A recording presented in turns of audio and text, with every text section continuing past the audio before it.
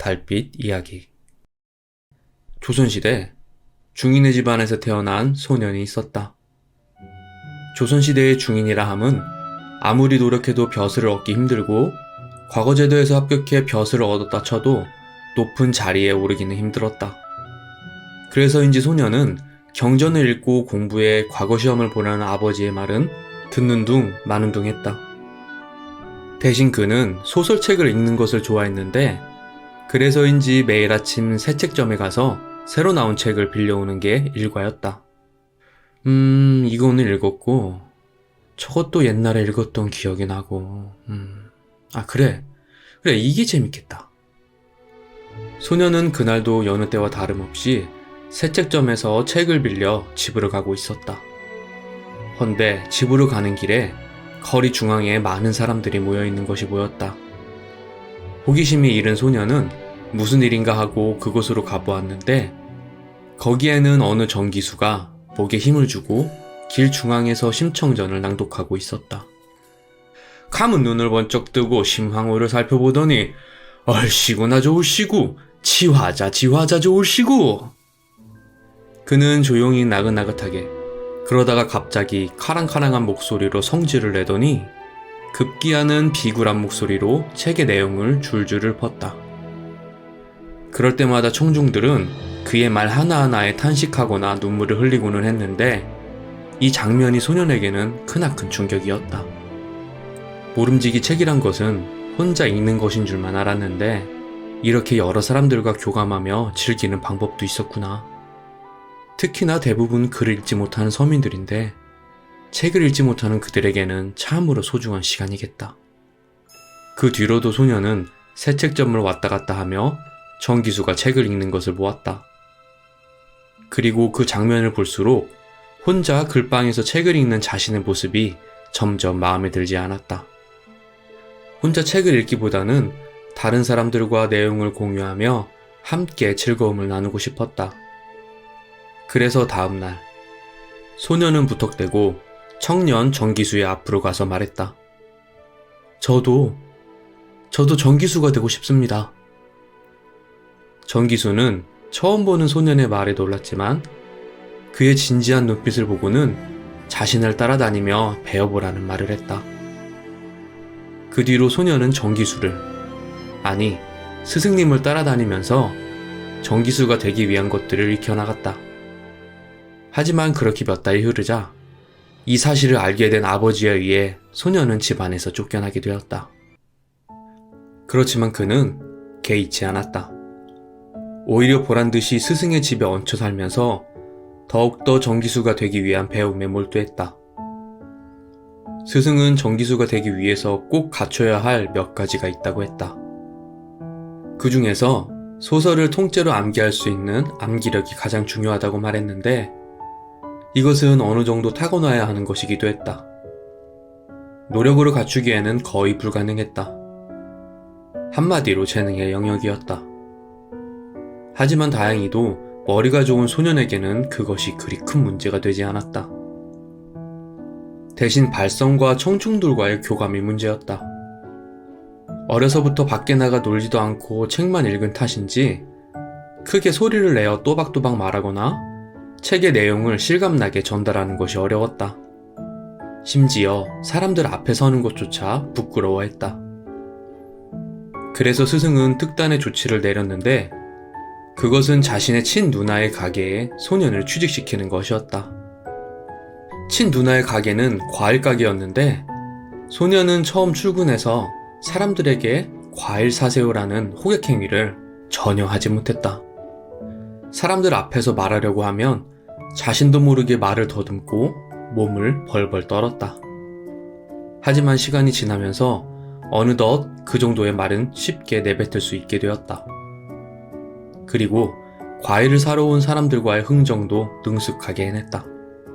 그렇게 몇 달이 지나자 결국에는 소년의 말재간을 들으러 가게에 오는 손님들도 있을 정도였다. 처음에는 열정만 앞서는 어린 꼬마로 알았거든. 하지만 겪어보니 너에게는 남묻지 않은 재능이 있다는 것을 알았단다. 그리고 그 두 개가 합쳐지니 어느새 이렇게 훌륭한 정기수가 되었구나. 하지만 가만히 생각해보니 왠지 이런 훌륭한 제자를 배출해낸 내가 더 나은 사람인 것 같단 말이지. 어느덧 소년은 자라서 청년으로, 스승은 나이가 들어 중년이 되었을 때 그가 한 말이었다. 그러면서 스승은 이 말을 끝으로 모든 것을 초보 정기수가 된 청년에게 맡기고는 고향으로 내려갔다. 그날부터 청년 정기수는 스승을 대신해 거리를 돌며 사람들 앞에서 이야기를 퍼나갔다.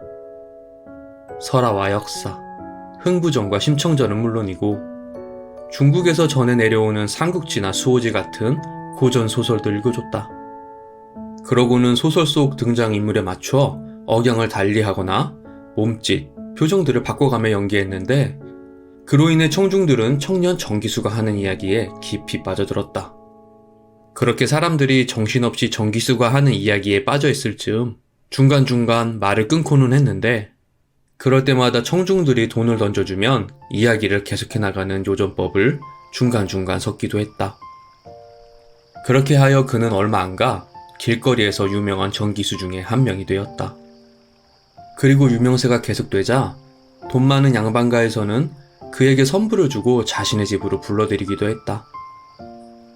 하지만 그는 양반가에서 책을 읽는 것보다 길거리에서 읽는 것을 더 좋아했는데 왜냐하면 길거리에서 자신의 이야기를 듣는 사람들은 대부분 그를 모르는 일반 서민들이었기 때문이었다. 그들은 양반들과는 다르게 어려서부터 글 공부를 해본 적도 없고 농사일을 거두느라 서당에 다니지도 못했다. 그래서인지 청년 정기수가 하는 이야기들을 초롱초롱한 눈으로 바라보며 재미있어 했는데 정기수는 그 눈빛들이 너무나도 좋았다. 같은 책을 읽고 서로 공감하는 것 같은 느낌이 들기 때문이었다. 그리고 그럴 때마다 그는 정기수라는 일을 선택하길 잘했다는 생각을 했다. 그러던 어느 날 청년 정기수는 새로 나온 소설 임경업전을 낭독하고 있었다.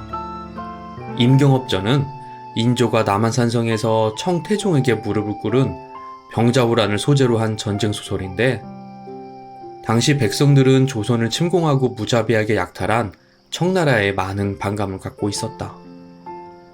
그래서인지 손짓, 발짓을 더해가며 열심히 읊어대던 청년 정기수의 말에 청중들의 반응이 뜨거웠다.